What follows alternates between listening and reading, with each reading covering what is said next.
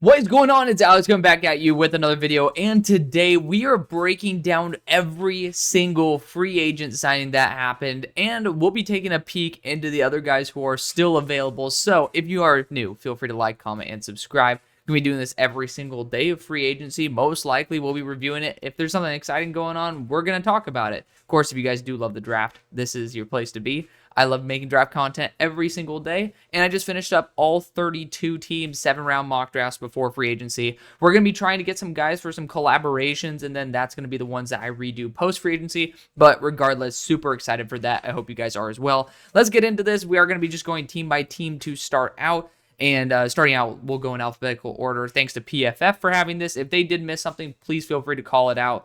PFF's been doing a pretty good job, so we'll be able to talk about this. There's signed, re-signed, and release, which I like that combination. So fingers crossed it is fully up to date. If I do see something that's off, then we'll talk about it. But for the Arizona Cardinals, signing Josh Sweat as well as Akeem Davis-Gaither. So for Josh Sweat, I know that it was, I believe, in that 40 mil range for his guarantee. It's essentially going to be a 2-year contract, but I mean, the big issue that I saw is that with that guarantee, after him having more sacks in the last year than the whole entire team combined, the amount of guarantee does show that teams are a little bit still worried about his knee. I believe that's kind of the issue for longevity. Now, I don't think that's like a game-to-game issue, but I wonder if teams are really worried about the long-term implications of it.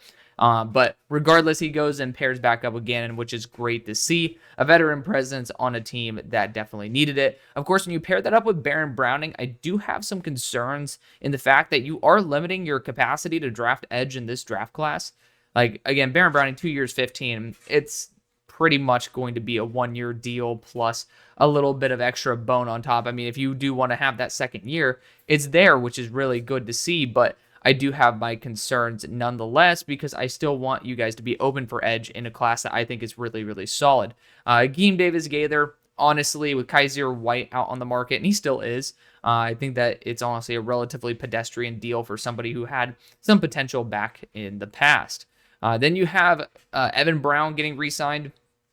At that rate, it screams that he's going to be a rotational guy for the future, and it is what it is. And then Aaron Burr, I'm not going to comment too much on the long snappers. Let's talk about the Atlanta Falcons here, who ended up releasing Grady Jarrett, who ended up going to the Bears. So we'll talk about that shortly. But, extending Jake Matthews and Liam McCulloch.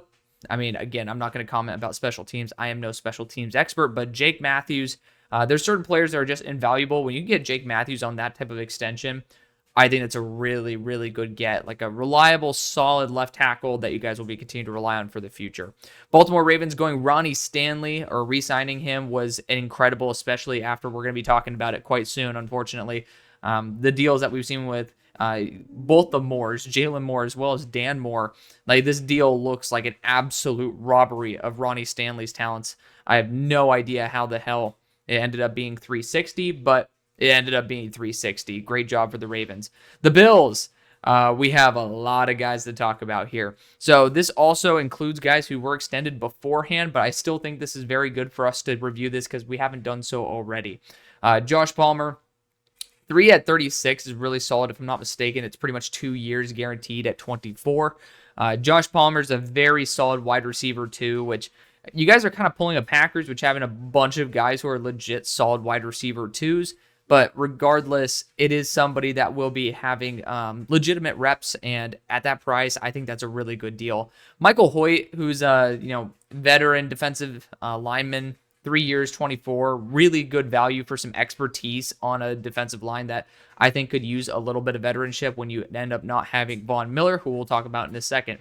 Extending Josh Allen, which I think it ended up reshifting his deal to where now he's signed through 2030. It's pretty much a 2-year extension, but shifting him to, I believe, 55 a year is really good. It also shows because Josh, if he really wanted to, could have said I'm worth 65, and kind of is at this rate. Especially after winning MVP with legitimately no wide receiver one, he ended up taking a legitimately team-friendly deal. So good for you guys on extending Josh Allen. He needs some guys. Some guys are just invaluable. Khalil Shakir ended up getting a 4-year, $60 million extension, and he's been the lifeblood of this offense. I mean, it's just good to see him be able to be rewarded. Again, 15 a year is not bad at all. Again, like a full contract cycle ago, Christian Kirk got more than that, and Khalil Shakir has a lot more in the gas tank, which I love there. Gregory Rousseau got 480, and he essentially has very similar numbers to Josh Sweat, but he's also younger, and this is a homegrown talent, so I personally like the extension through 2029. Terrell Bernard's also an incredible linebacker, especially with all the linebacker deals we're seeing now.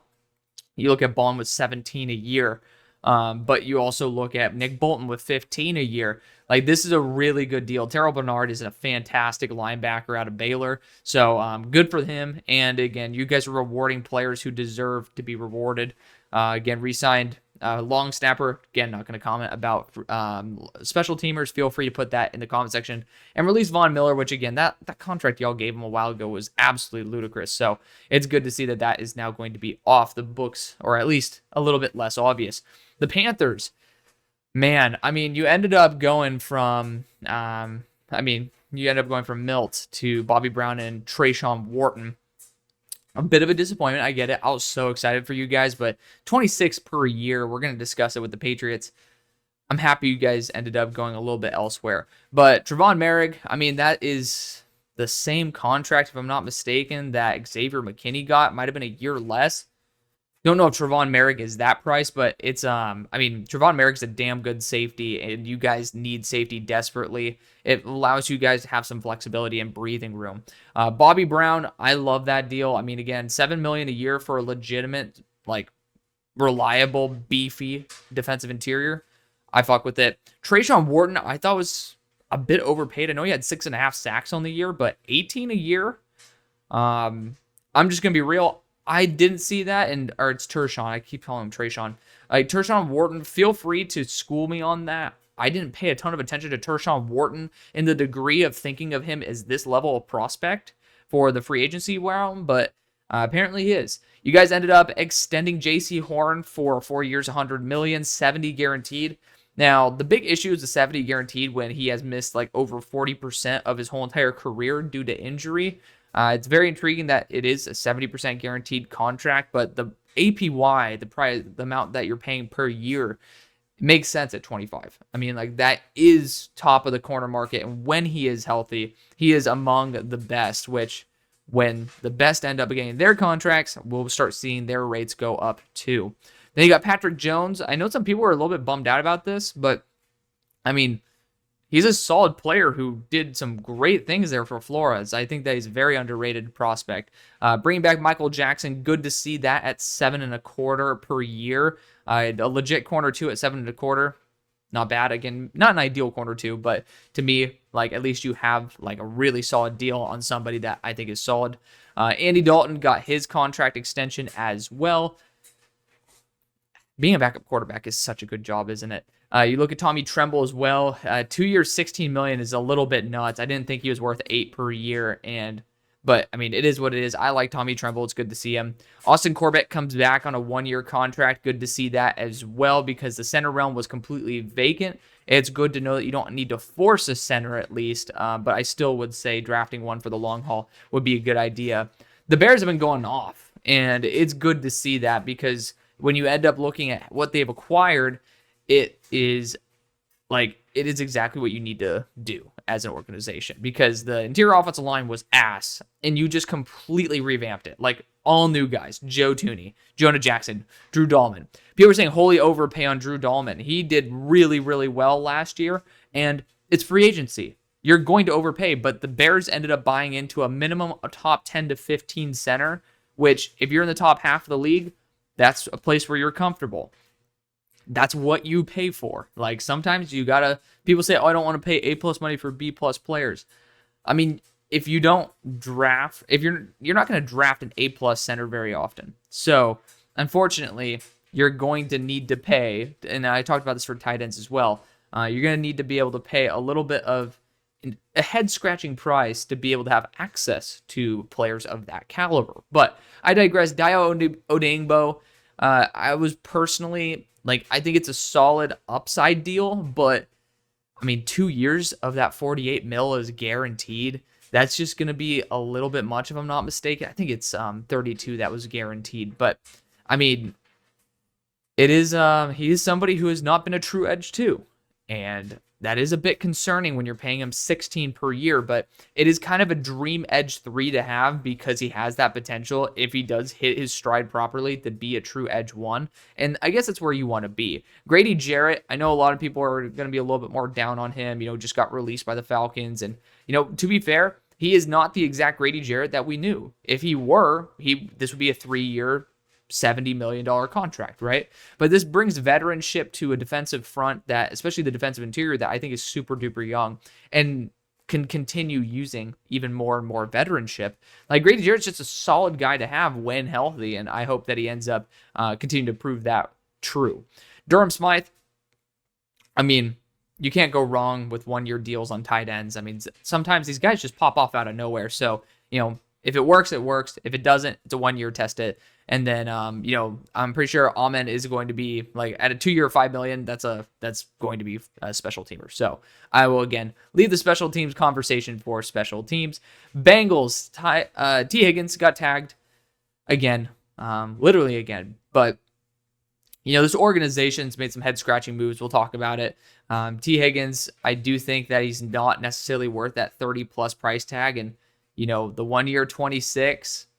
If it ends up working out, is a smart move. I mean, you are saving money on a player that I don't think is worth 33, 34, 35 a year. And so you guys are doing a great job in that realm. It makes you look like a bunch of assholes. I get it. But at the same time, I do think that, sometimes you pinch a penny here and there, and that's okay.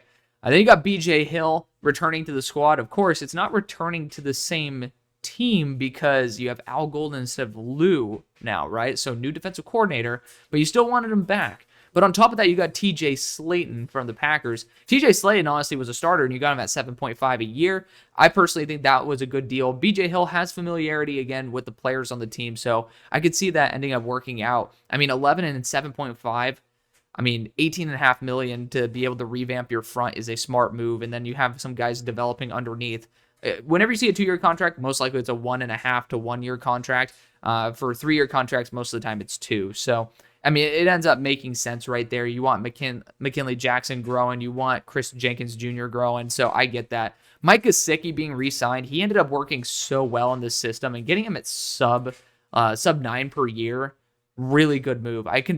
He's a very underrated weapon in the Bengals, and I think that, unlike Irv Smith, we ended up seeing Mike Gesicki really take the step that we were kind of hoping for, to see him back to where he might have been viable, and seeing him as like a legit tight end 2 that he might be ending up playing tight end 1 reps, which he will, like on the squad. But saying talent level tight end 2, it's good to see that, because for a minute there, I was a bit worried that, Mike Gesicki was going to be someone that we used to know as a good Dolphin and ended up falling off, which I do think he still has a bright future ahead. Oren Burks on 2 years, $5 million is incredible. I mean, he started in both of the Eagles Super Bowls. One, he was absolute cheeks, but this most recent one, he stepped in and did a great job. I seriously have no idea why the Eagles would not sign a 2-year, $5 million deal, especially with Nakobe Dean, with his health situation. Zero clue there. Zero clue. I mean, worst case scenario, you cut Burks in the middle of the season, and, who gives a shit, right? Like, even if it were the full $5 million you lose, again, that doesn't make sense to me. I know you have the vision for Jeremiah Trotter, but it is what it is. I'll leave it there. Joseph Asai, 1 year, $7 million. I mean, kid has potential. I liked him at Texas. Might as well. It's 1-year deal. And honestly, this would end up being the RJ Oben type for Al Golden. I could see that. Alex Kappa, who's we're going to talk about, I believe, on the Raiders. We'll talk about him in a little bit, but he was absolute cheeks. Tanner Hudson, again, just a 1-year deal right there. Samaje Perine, the legend who ended up going to the Buccaneers on a $22 million deal. I don't know if you guys saw that. That was fucking hilarious. Jason Light ended up being like, we did not sign him, but 2 years, $3.8 million. Good power back. He's just there. He's lurking. And then long snapper, and then Cody Ford. Cody Ford's been bouncing around, so it's some offensive line depth at least. Then we got the Cleveland Browns. So, Bengals, interesting spot to be in. Cleveland Browns, extending Myles Garrett. Sometimes you just got to pay. You got to pay like insane prices for insane players. And, Myles Garrett is invaluable to the franchise. You just cannot find another one. But Myles Garrett's going to be the guy there. I'm glad it's fully updated because I was like, is this going to have Kenny Pickett on it? Because I haven't even reacted to this online yet. But like Myles Garrett, I do have a big concern that he's almost too much of a focal point of the team. I do have concerns that this team is a little bit crippled with Myles there. And, it might have been better for the team to just kind of call it quits and then restart. But again, some players are just that invaluable. And I think Myles is. So there's both ways that I think you could have ended up being successful. This route is certainly one of them. We'll see what ends up happening there, especially with the quarterback situation. You guys are just in a very unique situation. Releasing Dalvin Tomlinson, a lot of defensive interiors, especially in the upcoming in this draft. So I'm sure that you guys want to save some cap here, save some cap there. You ended up trading for Kenny Pickett and ended up sending a 5th-round pick and Dorian Thompson-Robinson to the Philadelphia Eagles. Kenny Pickett's a good backup QB, has familiarity in the AFC North, went to school in Pittsburgh. It makes sense. You guys are just pretty much risk mitigation at this point, which is perfectly fair. The Dallas Cowboys go get their Osa Odighizuwa back. We already discussed that before. Now, in retrospect, this is not that bad of a deal. You look at 26 APY for average per year. That's what APY stands for. So, for Milton Williams, Osa, not too far off in terms of talent differential. So, good job on you guys for jumping into that before the market kind of exploded. You got Javonte Williams on a 1 year. I think it's $3.5 million. I don't know if that's true. It might just be $3 million. But regardless, Javonte Williams, you might as well take a shot on him at that price. It's kind of hard to say no. CJ Goodwin, again, special teams, and then long snapper there. Hoping for you guys to take a bigger step tomorrow in free agency, but at least you guys ended up getting somebody. Broncos ended up doing some good stuff today. Talanoa Hufanga ended up getting a 3-year 45, which is kind of crazy. I thought that the deals between Greenlaw and Hufanga would have been flipped. Hufanga, I think, ended up getting only about $20 million, $22 million in guarantee, and that makes a lot of sense given the injury history in the past. Greenlaw at 3 years 35 is just ridiculously good. It's kind of ridiculous. I've said that like a billion times, but it is a damn good deal. So good job on you guys for that. DJ Jones at 3 years, 39. I honestly think that's a really good deal as well. And then Jarrett Stidham, it's a backup QB. 2 years, 12 million, 6 a year. I'm not going to complain. Shit happens. Then we got the Detroit Lions going DJ Reed, which I think DJ Reed fits really well in the Ennis Rakestraw and Terrion Arnold side of things. I do think they need to be a little bit more press, a little bit more aggressive, and DJ Reed is perfect for that, in my opinion. Then you got Derek Barnes getting brought back, again, on a sub-10 a year deal. At this point, it is a good contract to have. Marcus Davenport brought back on a 1-year cheap deal. I respect it, and releasing Zadarius Smith. I still see edge being a primary focus for this team going forward into the draft. Then you look at the Packers. Aaron Banks, Nate Hobbs, Isaiah McDuffie, Brandon McManus. This is a whole roller coaster, so let's go into this. Nate Hobbs, let's start out positive. We'll end off a little bit more sassy and feisty. Nate Hobbs is fantastic. This deal is incredible. As a Steelers fan, I'm pissed off that we didn't do that. I would have ended up boosting it to 15 per year just to beat out the Green Bay Packers. But regardless, Nate Hobbs is a fantastic move. Really top end move for you guys who has he's going to be perfect for the nickel but also perfect for the boundary, and I love that flexibility, especially when it is so cold, injuries happen, and you have some guys with really good flexibility. Love that. Isaiah McDuffie, he's just not someone that you'd really want to get rid of. Brandon McManus is what it is. It's $5 million a year at the end of the day, very inconsequential to the cap. And then Aaron Banks is the one that is an absolute kick in the balls. So it's good to always have great offensive line depth. I'm a big supporter of offensive line health, depth, and talent up front. Aaron Banks is in no way, in my opinion, worth remotely close to this contract. So I'll put that out there first. But on top of that, you have Sean Ryan, which, Marcus, that franchise guy, shout out to him, ended up talking about this as pretty much a clone of Sean Ryan, which I do see that as, that's a pretty solid comparison. But on top of that, you also have Jordan Morgan. And even if you have the vision for Jordan Morgan to be the left tackle of the future, which you've been playing him at guard, let's be real, you're going to move Elton Jenkins, I assume, to center. Like, the hell? You don't pay a lot of money to be able to bench one of your starters, right? What you should be doing is paying a lot of money to maybe have someone with a high upside who can grow, but Aaron Banks is just not that. It's a very head-scratchy move. It doesn't make very much sense. Like, all the Packers guys I know are just completely confused. Speaking of being completely confused, we're going to talk about the two worst moves today, and that's the Texans trading Laramie Tunsil. So, if I'm not mistaken, it was for a this year third and for a next year second, as well as fourth round pick. I think there's also a this year seventh, and you ended up trading Laramie Tunsil and a this year fourth to the Commanders. The biggest issue with Laramie Tunsil is false start penalties. That's a pretty damn good place to be at. If that's the main thing you're bitching about is Laramie Tunsil's false starting penalties, pretty good spot to be at. And he is in his young 30 time. Like, he is not like some old, decrepit, like, low life. He is in the prime, maybe a little bit exiting his prime, but like right there, still in the prime era of his career. And he has a minimum of 4 more years of effectiveness, knock on wood, barring injury. But you end up sending that to a playoff caliber team, and you're going to be betting, I assume, based on the very heavy focus of 2026 capital, you're going to be focusing very heavily, or betting very heavily, on the Commanders not being nearly as effective next year. The biggest problem with that is that I see the NFC as still a conference that has some key issues, and there's still some really big parity to be solved.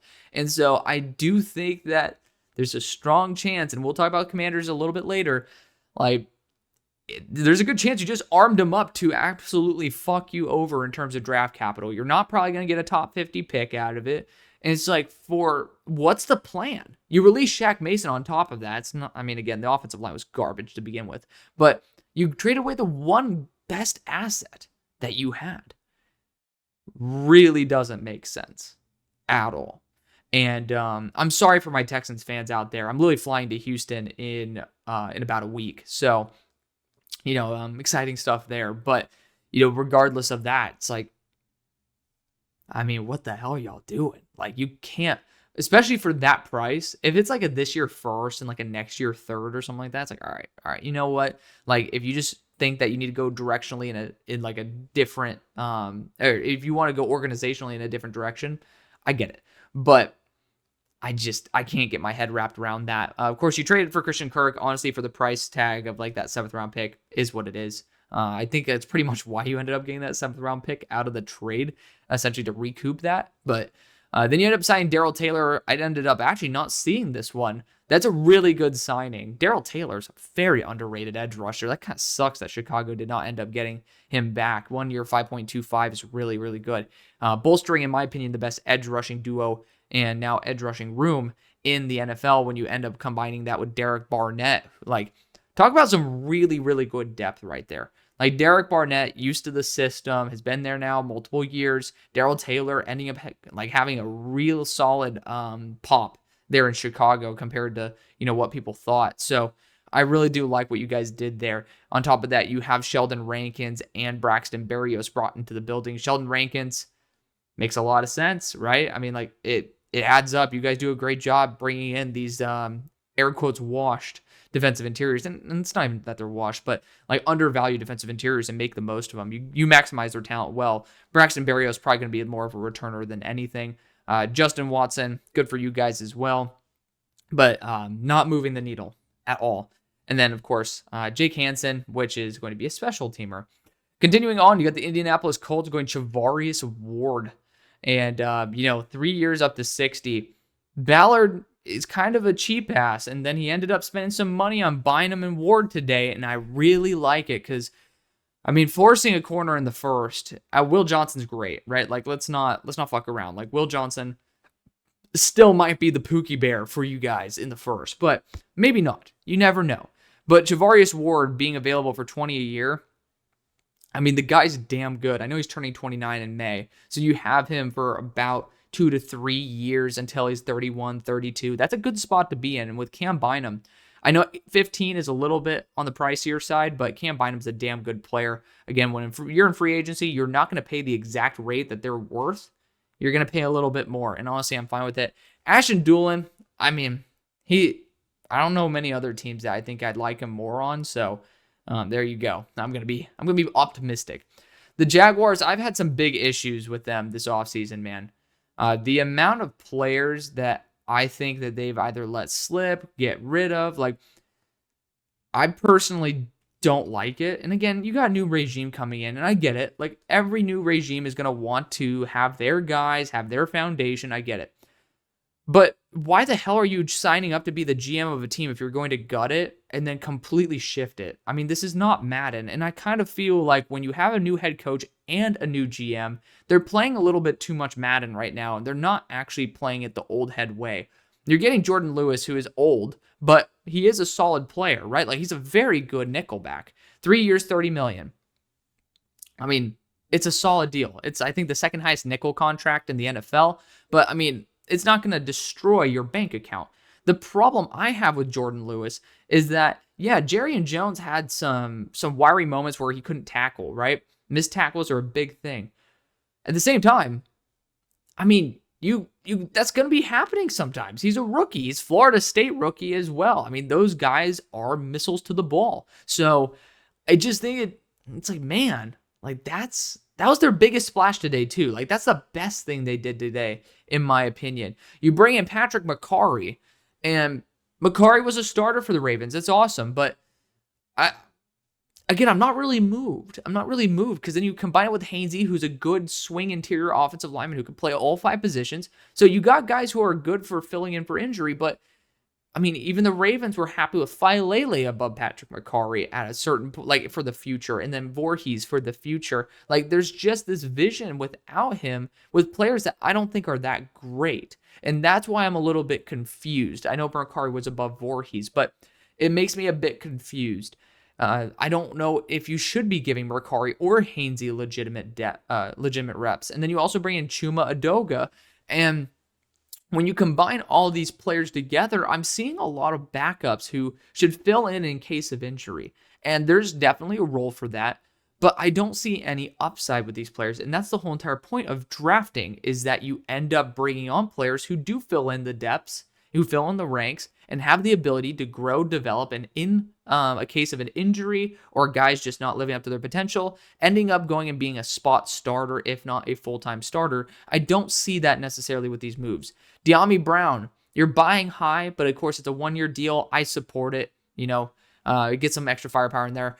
Eric Murray doesn't move the needle for me. It's not a very expensive contract. It's sub $8 million. It is what it is. But again, like, I'm not moved. Johnny Mundt, Hunter Long, at least you bring him, like, again, 2 years, $5 million. Like, both these guys, it is what it is, right? But you're talking about adding a shit ton of players that are pure depth. I mean, you have to have spots for starters too. How many of these guys are you going to be dropping to practice squad, right? Like, you can't have a billion guys on your roster. And so then you bring in Nick Mullins. I get it. That's fine. I mean, 2 years, $6.5 million is good for a backup QB. And it's just like, when you lose Evan Ingram, Devin Duvernay, trade away Christian Kirk to your division rival, it's like, yeah, there's some injuries that you got to worry about, but man, I mean, you're building a foundation of a team that needs to build the top part, not just the bottom. And I do think that there's a bit of an issue there and a bit of a lack of oversight, which I think, again, I'm no GM, I'm no experienced guy, but I see these experienced GMs, these experienced coaches end up building their roster in a much less visceral and reactive way than what the Jaguars have done. And it honestly feels like Cohen, as well as Gladstone, legitimately came into this team thinking that, okay, I just am going to be the GM of the Jacksonville Jaguars. Not the team, just the name. And this is going to be my team. This is going to be my organization. And I'm going to pretty much not give a shit about who's on the roster. I'm going to just gut it and, like Madden, plug and play, sign a bunch of contracts. And contracts in free agency are expensive. Like, it's not super duper cheap. I just don't get it, because I think the role of building depth is most important for rookies. They're on multi-year contracts, they're on cheap contracts, and they have potential to outplay their contracts at a higher rate than guys that have multiple years, multiple contracts as well.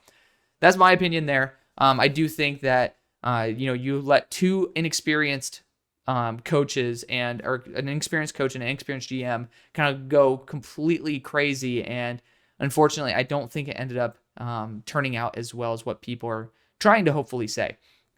I really was hoping that they did a good job because I was excited about like the revolutionary young 35, 36-year-old GM, but it does kind of feel like you're sitting on Madden looking at the players that you don't like and, trading them away and then just signing a bunch of dudes that you just want for depth.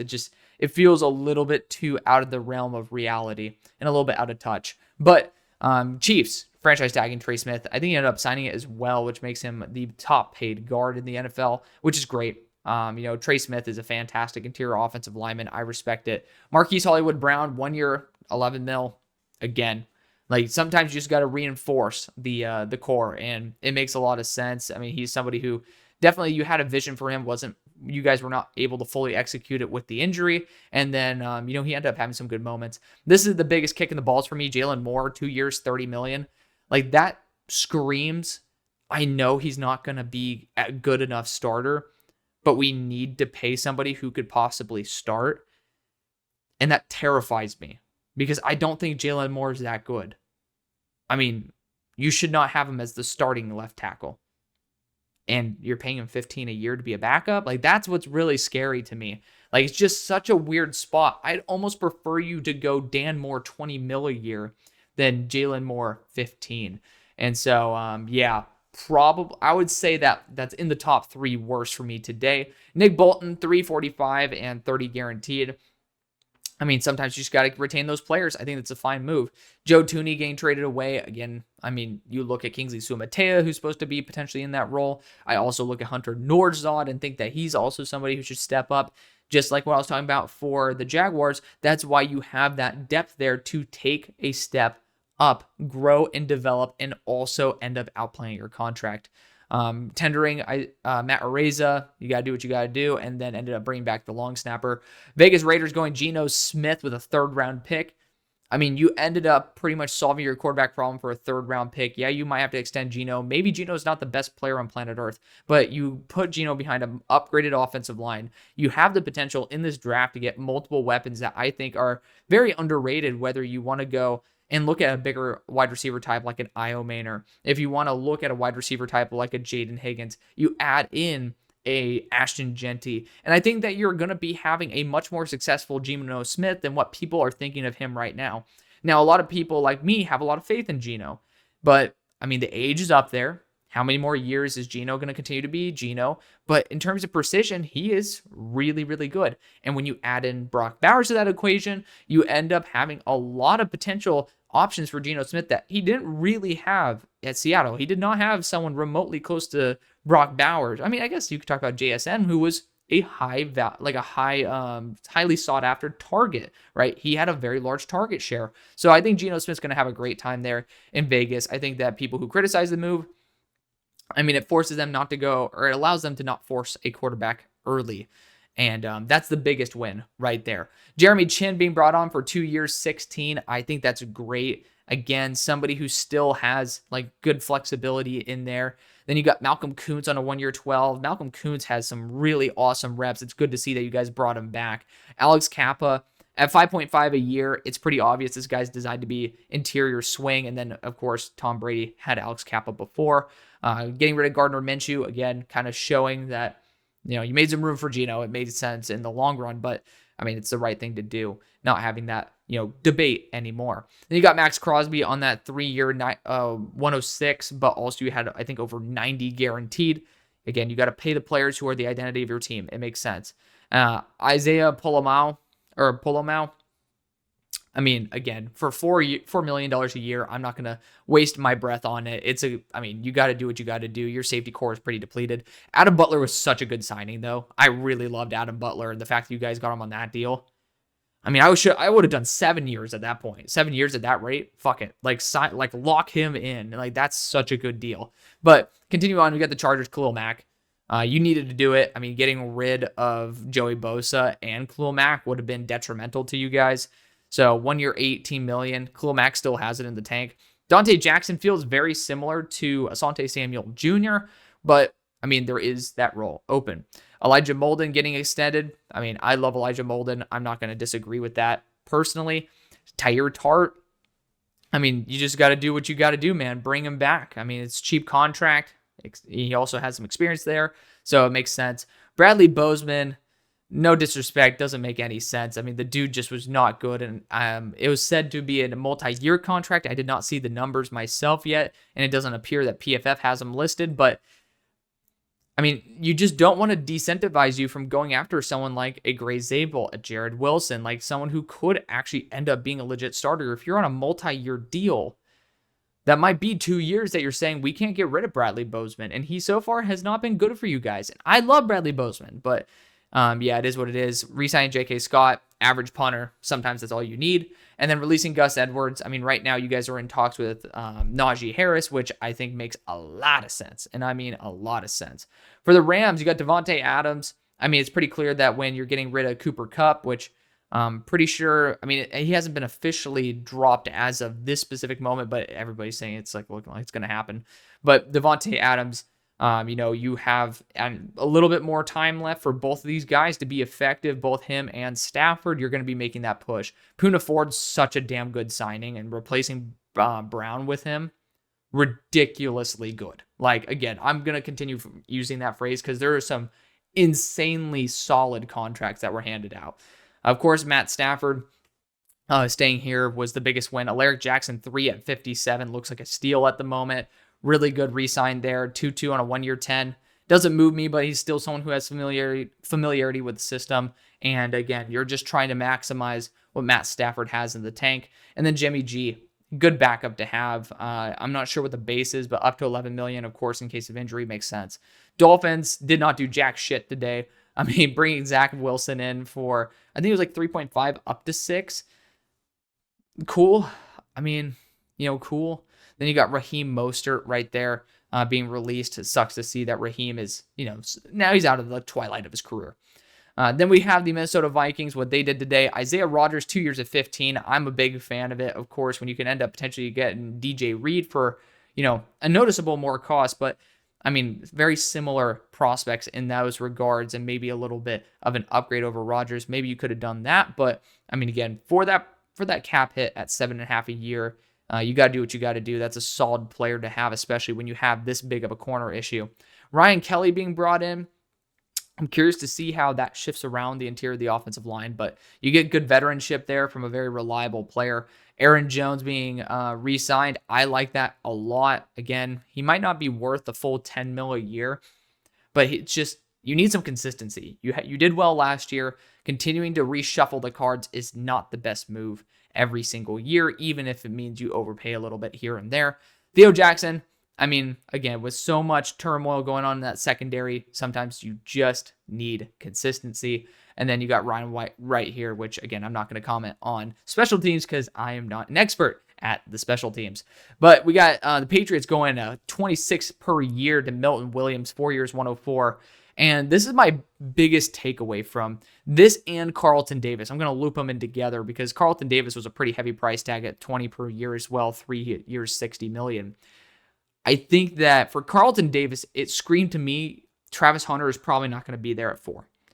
So, I mean, a lot of people are like, oh, no shit. But when you start doing a mock draft and you're like, okay, well, Cam Ward goes, Abdul Carter goes. I mean, Harold Landry was brought on. If you thought Abdul Carter was coming around, you're probably not going to pay Harold Landry like that 17 per year. But 17 and a half per year, I should say. But I digress. So it's like, all right, well, Abdul Carter going to be gone.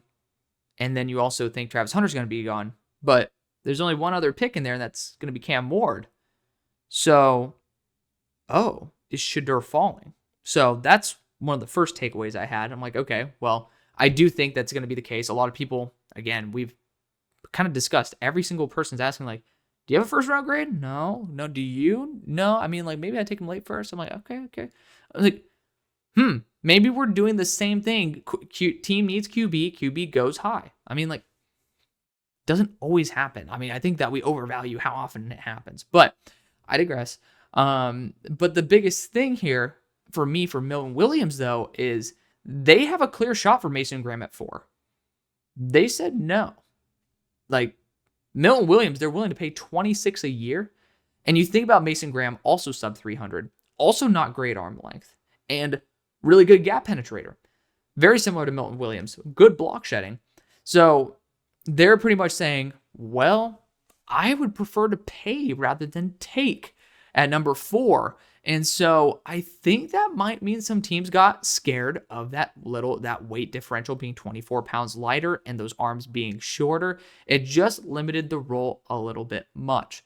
Now, what I am worried about is they did not go after a left tackle. They went after Morgan Moses, which I think is very good. I mean, very solid veteran, and at $8 million per year, it's a no-brainer, right? A legit starting right tackle. I mean, he's going to be probably there for 2 years, but still, I mean, really good get. But I just am concerned about that left tackle spot because no one at 4 is worth it. And what this is showing me is I don't know who else is worth it outside of Ashton Genty. Like, who else is going to be worth it? Are you going to go Tetro McMillan? I mean, you just brought in Mac Hollins, which, yes, that doesn't absolutely take away the ability to take Tet. But how often have we seen Vrabel take a Tet type?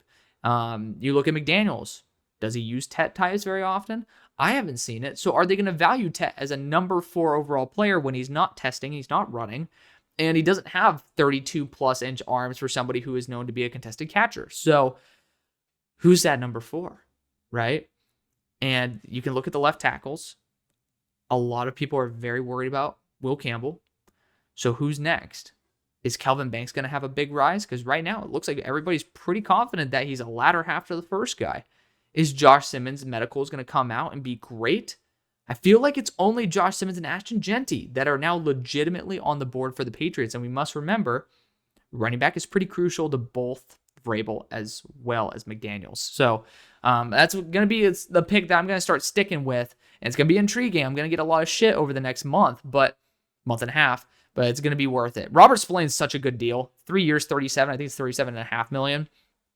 Like, really good deal. Just very underrated linebacker. I mean, you look at the price tag, and he's in the group of guys that he should be in. But it's just, I mean, he's just a good linebacker. Like, that's the thing. And it's just building the bones of a really good defense. And then you got Kairos Tonga. I mean, like, very solid 1 year, $3 million deal. Just good depth there. Re-signing Austin Hooper, I respect it as well for a low price of a 1.5. Again, Mac Hollins, I mean, you took him away from in-division rival that honestly used Mac Hollins here and there. He seems like a good locker room dude. I personally think that's a good guy to have. Josh Dobbs, backup, is what it is. And then trading, I think, a 7th-round pick in next year's draft for Devon Godshaw makes a lot of sense. Again, with multiple defensive interiors, it does make me feel as if you're in a particular spot in terms of your vision for Mason Graham, which could we see him start to slip? I'm not sure.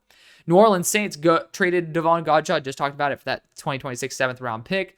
And then you ended up releasing Jamal Williams. It happens. Jamal's career is pretty much, skirting to an end. Giants ended up getting a little bit aggressive, which, I mean, in the signing and re-signing, which is good to see. Paulson Adebo at 18 a year. I like Paulson Adebo. Some good press man reps in there. He'll fit, but 18 a year. I mean, would you rather have paid, I would have said 2 or 3 million more a year for Charvarius Ward. I probably would have. But I know it's 2 million or more, but it's like, oh, maybe you can entice him with a milli extra on top. I don't know. But, I mean, I probably would have tried to do that, but still, Paulson Adebo, you need to address that boundary corner position. Still do, I think, for the long run as well. On top of that, I don't think that's fully solved, which you guys left it open, whether through free agency, another acquisition, or through being able to go through the draft. I think there's still room for improvement there. Roy Robertson Harris, you did need to get some defensive interior help. Honestly, good veteranship right there. 2 years at 10, 5 a year is good. Darius Slayton, going to just continue lurking on this squad. 3 years, 36. Literally the Saquon contract, if I'm not mistaken. Saquon might have had that guaranteed. Might have been 40 something, but you can't just be losing weapons, especially when you're trying to entice Aaron Rodgers. Signing James Hudson doesn't move any needles, but it's a really good depth player to have. At 2 years, $12 million, I respect it. Chris Board, pretty sure that's primarily special teams right there. 2 years, $6 million. Feel free to correct me if I'm wrong, but I am not an expert in Chris Board. Tommy DeVito, bringing him back for a year. Cool. Not going to, again, move the needle for me. Chris Manhertz, again. Jamie Gillen, again. Jamie Gillen actually is pretty solid. And then long snapper. So, again, some key moves here, but nothing that I think really changes much. Some bigger moves here for the Jets, and we'll discuss them. Justin Fields, first off. good deal. I mean, you put him behind Tyrod Taylor or in front, but you'd put him in the same room as Tyrod Taylor. And I think Justin gets a better mentorship than from Russell Wilson. And you look at the quarterbacks that Justin will now be around over the past couple of years. And if I'm not mistaken, I think Andy Dalton was there for a period of time, but then you add on Russell Wilson, you add on Tyrod Taylor. Technically, apart from Andy Dalton, all the latter two are Super Bowl champions, which again, Tyrod Taylor was a backup, but I digress. Like, really good mentorship. So there's still a chance for Justin. I know that certain individuals are not as high on him, but 2 years, 40. I think it's like 20 million guaranteed, so it's pretty much or it might be like 26 mil. But regardless, Justin Fields pretty much on that 1 year prove it deal, and I think that's good. It's a good spot to be in. Again, you have that mentorship there, and you have all the potential there for the Jets. And you probably, you still have the door open in case Shedeur like falls to 7, and you're just like, But I am starting to really consider the idea that Shedeur will slip to the later part of the first, and maybe teams are going to look to move up for him rather than, taking him high.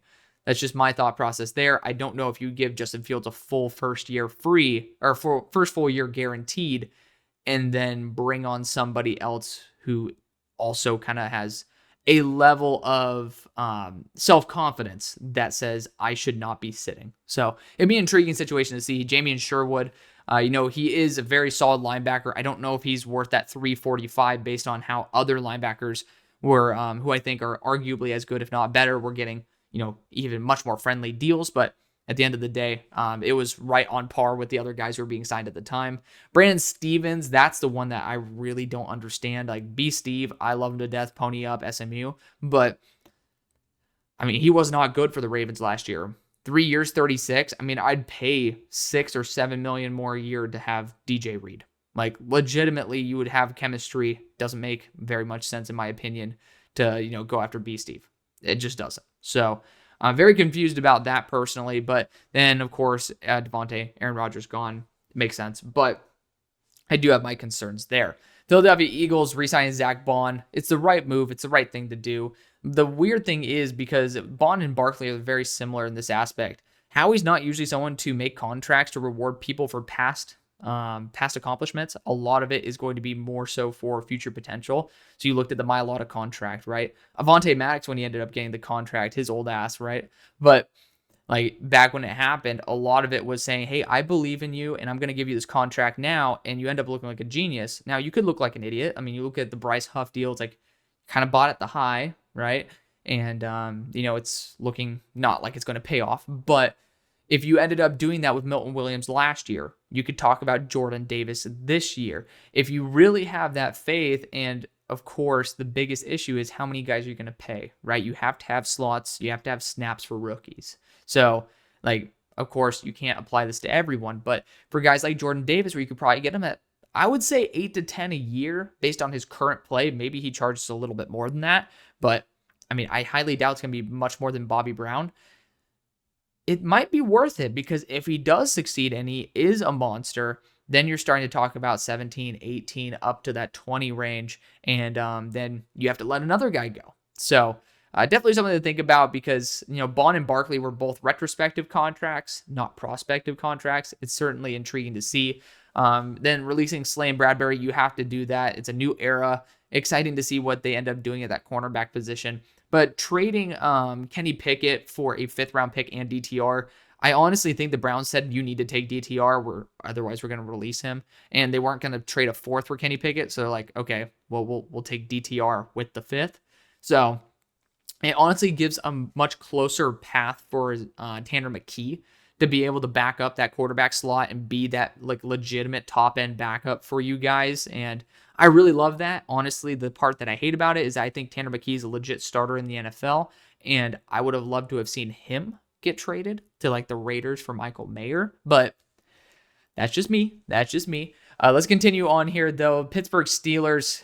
You guys know I'm a Steelers fan. You got DK Metcalf there, 5 years, 150. With that, it's 5 years, 150. That includes the 1 year, 18 that's left. I think that's also a pretty big caveat to have there. He's getting paid 32 after, but he's getting paid 18 this. So DK Metcalf is a fantastic receiver with unreal potential. I think that, he's built to be an AFC North receiver. He's tough. He's mean. And, yeah, you could say, oh, well, he has a very similar role to George Pickens. So I think that something people need to discuss more is, why is that such a bad thing? Now, yes, you can talk about it as kind of like a stagnant lack of flexibility, maybe a stiffer offense. But I can guarantee you in the fourth quarter, let's just say the Steelers are up by 3 or down by 3. Let's just, because we all know the Steelers, like, it's always a close game, right? That's just the AFC North's way. You're going to have to deal with Pickens and also DK now, who are both pissed off assholes as blockers. But on top of that, they are nightmares in one-on-one coverage. And it's the fourth quarter that I think these players are making their money pay the most back. And so I'm scared shitless for whoever goes up against DK as well as George Pickens. And we give the opportunity now for Roman Wilson to get back healthy, for Calvin Austin to still stretch the field as well. And that's a lot of speed and a lot of downfield ability that we haven't necessarily had. And it's a big price tag to pay, but it's a price tag we needed to pay because it showed for once we have the balls to do something. And I love seeing that the Steelers have the guts to do what we need to do, which is give a little bit of a spark of life. We've been so boring and stagnant for so long. It's about damn time, and I'm so excited for it. Now, I was very anti-Rodgers for a very long period of time. I'm extremely pro-Rodgers now. And I've always been anti-Russ coming back to the Steelers. I am extremely anti-Russ now because we need a quarterback that is willing to say, fuck it, I am throwing it, and I have massive arrogance. Like, I need somebody who just is going to be unbelievably arrogant. And yeah, Rodgers is an old man. He's a little bit more fragile. But the Jets had the highest drop rate last year. The highest. And maybe the Steelers might end up being the team with the highest drop rate. I don't know. But it shows that Aaron Rodgers' stats are not a direct reflection of just his talent dropping. There are other factors in there as well. And when you do have a reliable slot, and maybe you bring in Cooper Kupp if you want that extra guy on a small short-term contract, prove-it deal, who gives a shit, right? You end up having the potential for these guys actually to hit the ceiling that they're supposed to be. Now, the chances aren't super-duper high because Aaron's old, but the chances are there. He's played in cold weather. He's played in gritty climates. He is a player that has experience. And he beat us in a Super Bowl, so it'd be nice for him to get us one. Then signing Donald Parham, I mean, I'm not going to say much about that. Malik Harrison, 2 years, 10. Good depth. I'm pretty sure Malik Harrison also has experience there with Patrick Queen, so I respect it 100%. Then let's talk about the Niners here. I almost skipped the Niners. That would have been a big slip up because, as much as I want to say fuck the 49ers, great song, by the way. Just going to say, we should still give you guys some love. But Luke Farrell, I mean, again, doesn't move the needle for me. Tight end 3/4 for Jacksonville. Again, Patrick Taylor on a 1-year deal. Honestly, again, it's a 1-year deal on a running back. No one cares. Releasing Javon Hargrave, Malik Collins. It happens. I mean, again, you guys are making some moves. You're getting some new cap flexibility. It's fine. I'm not going to say that there's some bad moves going on here. Extending Ben Barch for a year, it happens. 1-year contracts for extending offensive line depth is not a bad idea. Trading Deebo Samuel for a 5th, a little bit interesting, but Deebo's in the twilight of his career. He's going to someone in Cliff Kingsbury who kind of probably will use him a little bit better than the offense that has a lot more potential and firepower on their roster right now, which is you guys. So I think that's good for Deebo. It's good for both the Commanders as well as you guys. Seahawks, getting Sam Darnold for 3 at 100. I think that's great. Honestly, you guys have him essentially. If he sucks next year, you'll have to deal with a cap hit for 1 year. It happens. If he's great, you have a really, really cheap quarterback for 3 years, and that's great to have, and it allows you to build other pieces, which again, based on the fact that your entire team is completely shifted, I need to see the vision because I haven't seen you guys signing guys, but re-signing Ernest Jones at a 333 is a ridiculous deal. I don't know why people are just so low on Ernest Jones. Seriously, don't understand that. Jaron Reed, I honestly think that's a good deal as well. Good job keeping some defensive interior depth. Again, trading Geno Smith, getting that 3rd round pick based on Sam Darnold coming there and having that contract, I think that's incredible. Trading DK Metcalf, get that 2nd round pick, and DK having that 32 a year after this year, it could be crippling to a team that is trying to reshape their identity, and we'll see what happens there. But again, you lose DK, you lose Tyler. I mean, you're pretty much down to JSN, right, as the primary receiving threat. Now, maybe Zach Charbonnet, friend of the well, I guess he's not friend of the show, but friend of myself. But maybe he's going to take a larger role as the receiving back in this team. But I mean, that's a big amount of target share that you're going to have to replace. I'm very excited to see how they do that. Draymond Jones also gone. Roy Robertson Harris. We already talked about some of those guys. Rayshon Jenkins gone. And George Fant, which, again, I mean, the offensive line was abysmal as it is, so not really going to comment too much about that. But this team's in a complete organizational reshift. It's exciting to see how they end up rebounding. Buccaneers, Levante David, bringing them back on a 1 year. I mean, veteranship. They need help. It is what it is.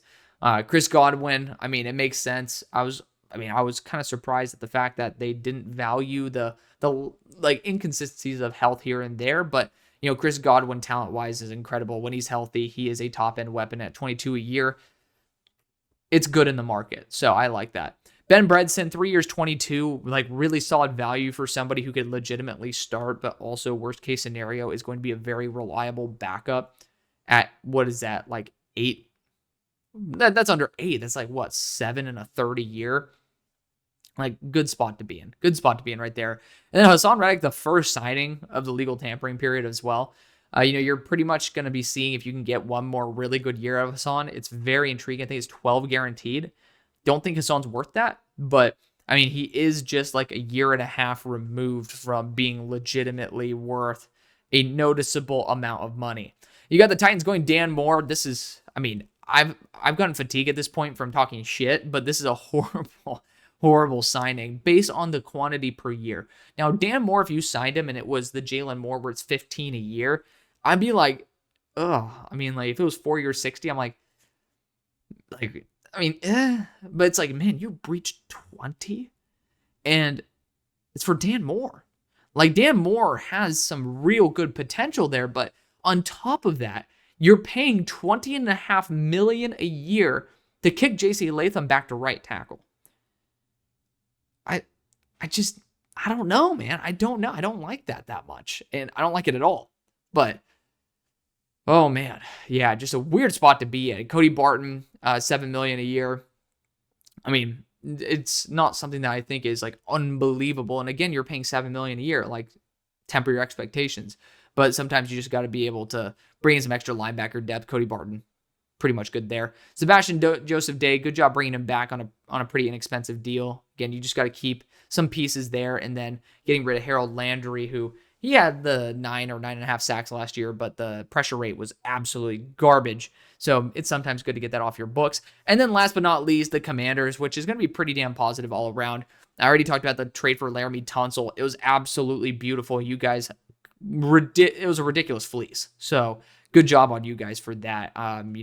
Did not think that was going to be remotely possible. But regardless, John Bates on a 3-year contract. I don't really understand why we're re-signing Bates to like a 3-year, but it is kind of true. What happened to the 1 year or the 2-year deals? Like, this is a 3-year. I know, again, 3-year deals with guarantees were kind of 2 years, but I don't know about John Bates having a 3-year contract when you should have. I mean, Ben Sinnott needs to be the focus, not spending money in areas where next year it should have been a 2-year deal, and then you could potentially get rid of John Bates if you find a better tight end 2 option for the future. I understand, like, you need to keep pieces together, and this is going to be like worst case scenario. You have to bite it for a year if you do want to get rid of Bates, but yeah, it's a little bit much there. And then Javon Kinlaw at 15 a year.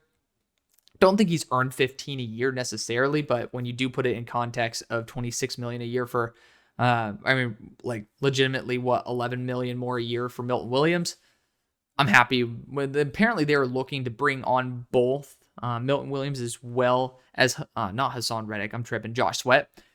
Both those guys outpriced. So I mean, I'm happy that they ended up not doing that. Of course, getting rid of Jonathan Allen based on the recency. I mean, it makes sense. I just hope to see Jonathan Allen take that bounce back. Zach Ertz, 1 year, $6.25 million. Like, honestly, I wonder if Ertz is just doing that just to, stay around and, kind of keep relevant. I don't know. I mean, like, he was really, really solid last year, but $6.25 million, I feel like his impact is more than that. but he also isn't really worth more than that. It's just a weird spot to be in. Bobby Wagner is an incredible move, up to $9.5 million. I mean, just the veteranship alone, worth it. Then trading a fifth for Debo, yeah, he's like not remotely the prime Debo that we know, but I really like Cliff Kingsbury getting the chance to work with him. Then Zane Gonzalez, Tressway, bringing on, keeping your special teams intact as well. I'm a fan of it. So that's going to be everything. I ended up talking about, like, let's end up going and talking about some guys who are still available that I want to be able to talk about. We'll like quickly peruse through all of this. Sorry for the absolute like eye fuck that just happened. But some quick predictions. Aaron Rodgers, I talked about it. Pittsburgh Steelers. Russell Wilson, I think that he is going to probably end up going to the Giants. Jameis, I know he's been talking about getting a backup role. So I'm not going to make a prediction there. I honestly think the Steelers should be underrated targets for him. Like, the rest, I don't really feel are really necessary. I think Daniel Jones might end up being a good backup there in Indy. That's probably going to be about it. But the rest of them, I mean, nothing really of note. A lot of just solid backups. Mac Jones, I mean, maybe he can go. I mean, not many good spots for him to go, if I'm going to be completely honest, that like genuinely need that backup quarterback. You look at the running back room, though, guys of note that I want to talk about. Najee Harris, again, we talked about him probably going to be going to the Los Angeles Chargers. Looks like it's a pretty close to done deal there.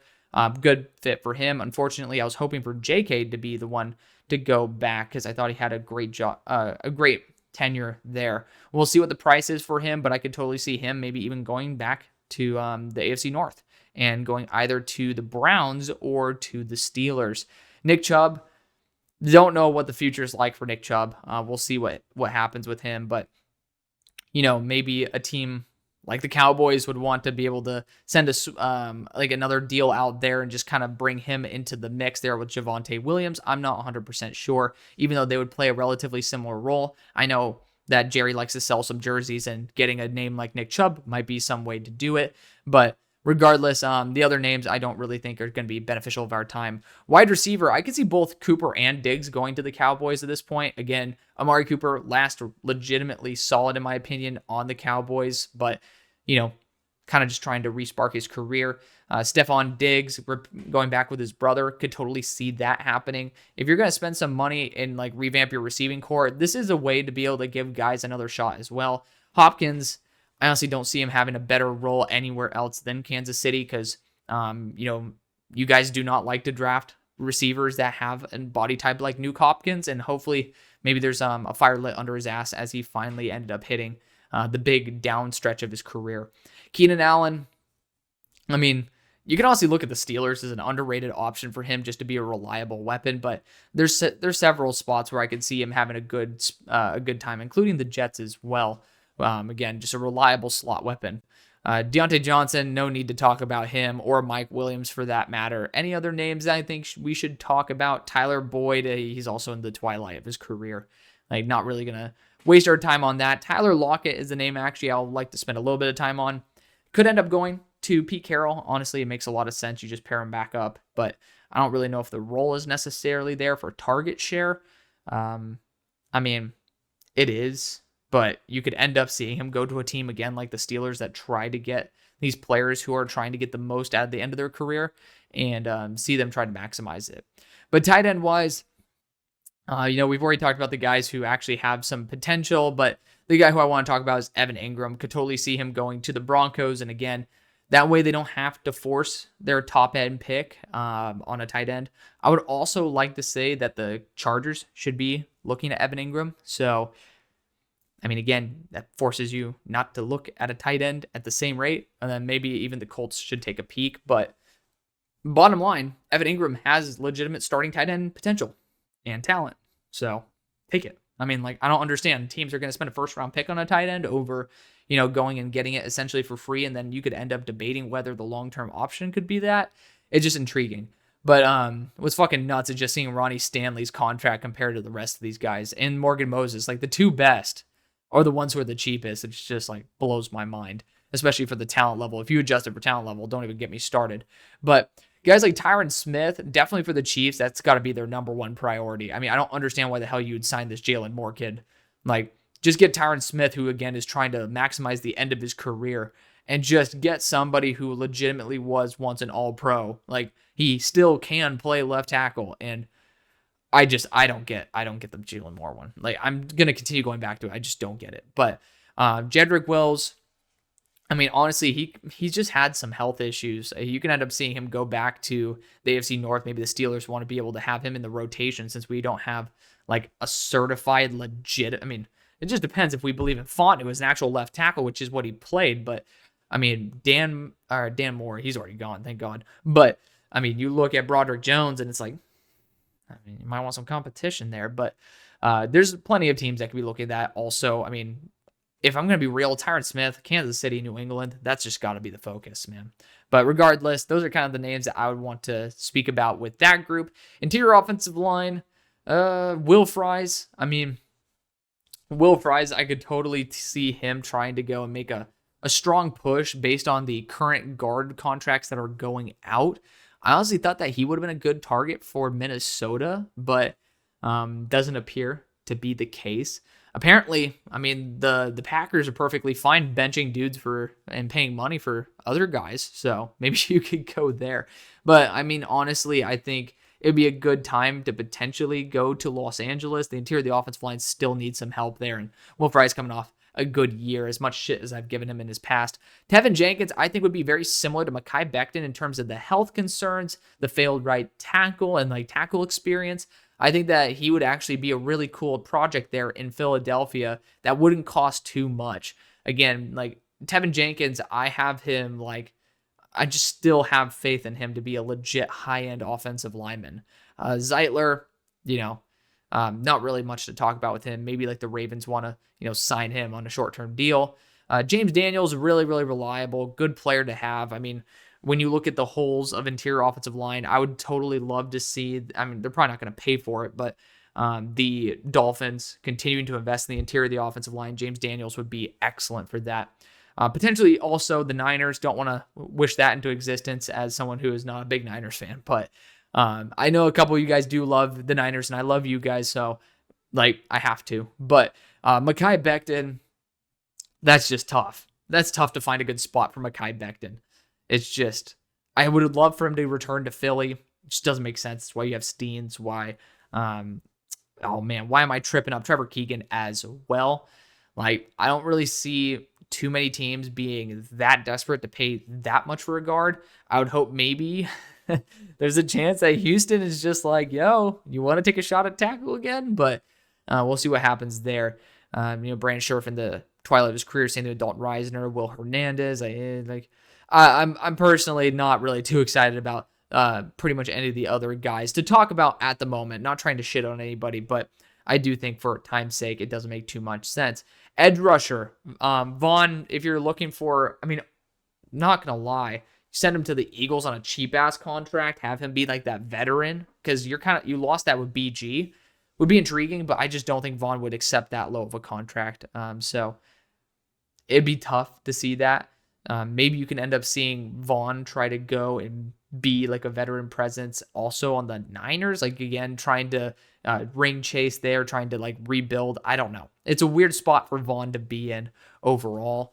Za'Darius is a good depth guy at this point, just like kind of filling in case of injury. I almost see him not being picked up and then being somebody that gets signed mid-year. Chase Young, I want him to go to the Bears. I know that Dio just ended up being signed there, but having Chase pair back up, both with Dennis Allen as well as Montez Sweat, just seems like too much of a perfect situation. So fingers crossed that can end up happening again. You have that 3-man edge rotation. You also add in Austin Booker into the equation, and then maybe you do bring in another edge rusher into that rotation as well. Maybe someone who has that interior-exterior flexibility, or even someone who has that linebacker flexibility as well. And then you can end up having a very unique group of edge rushers. Joey Bosa feels like he's a Niner.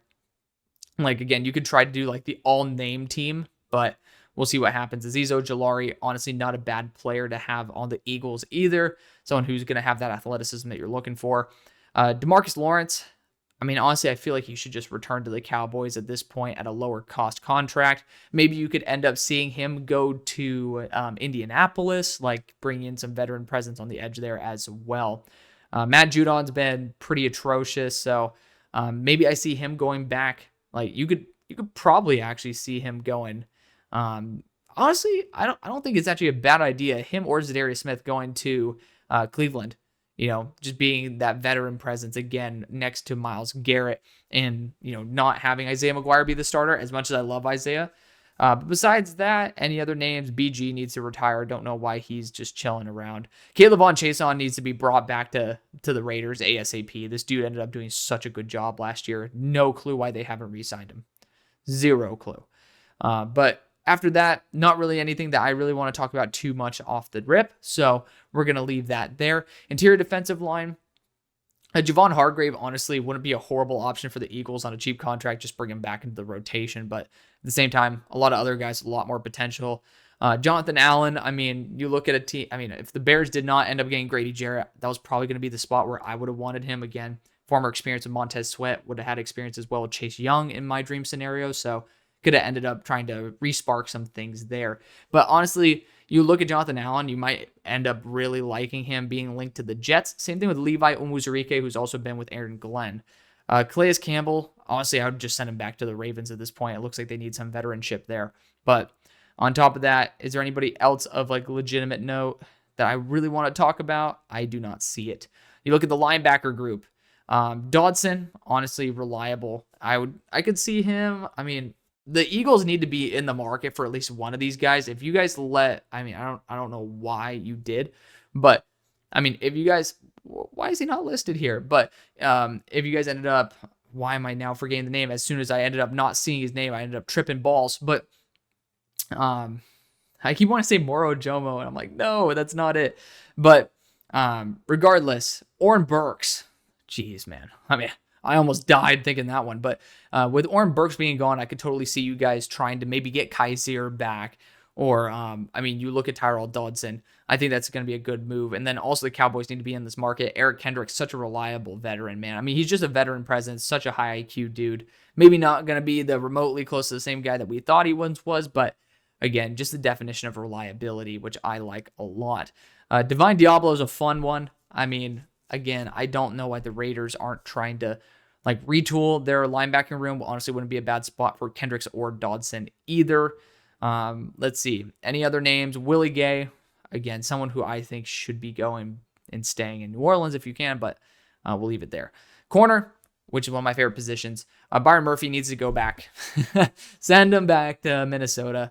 I would really like that. Asante Samuel, I'd really like him on the Steelers. I did hear that Darius Slay is probably going to be going there too, but Asante Samuel is legitimately perfect to be able to replace our boundary corner spot. And also the Eagles, if you do want to essentially have an Isaiah Rodgers replacement, Asante Samuel Jr. would make a lot of sense there. Mike Hilton would be good to bring back, honestly. Really good to bring back to the Steelers. It would be good. We are losing Cam Sutton, so Mike Hilton's not prime Mike Hilton anymore. But, I mean, the dude is still, in my opinion, very reliable. Stephon Gilmore, I don't see him getting much more success than outside of Flores' system. I would go back again.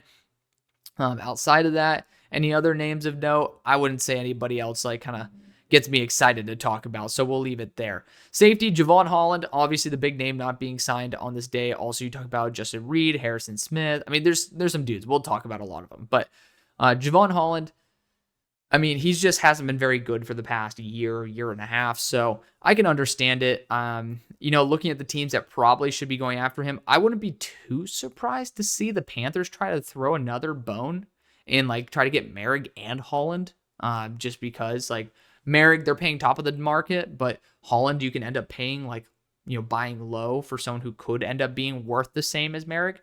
It's an intriguing spot to be in. Also, you could end up seeing Pete Carroll liking what he sees with Javon Holland. Justin Reed, Justin Reed's been a solid player. Honestly, I would just say, if you want to be that third safety in that rotation there for Houston, Pittry, Reed, Bullock, good group of guys, really good group of guys. And you can send him back to Houston, which I think that's where he ended up really taking off. So I would love to see that. Harrison Smith, just like that OG veteran. Again, also someone I could see the Panthers bringing in for that veteranship.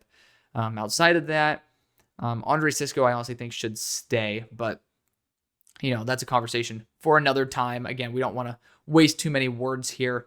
There was another guy who I wanted to talk about. I thought, well, Von Bell. I mean, Von Bell is just like old reliable, but honestly, I feel very comfortable leaving it there. Yeah, I mean, Justin Simmons as well. Why not just bring him back, Cincy? I mean, no need to force safety at that point, but we'll see what happens tomorrow. I hope you guys did enjoy this very extended episode. It was fun breaking all these guys down, and I hope you guys did enjoy it. Thank you so much for watching. See you on the far side. Peace.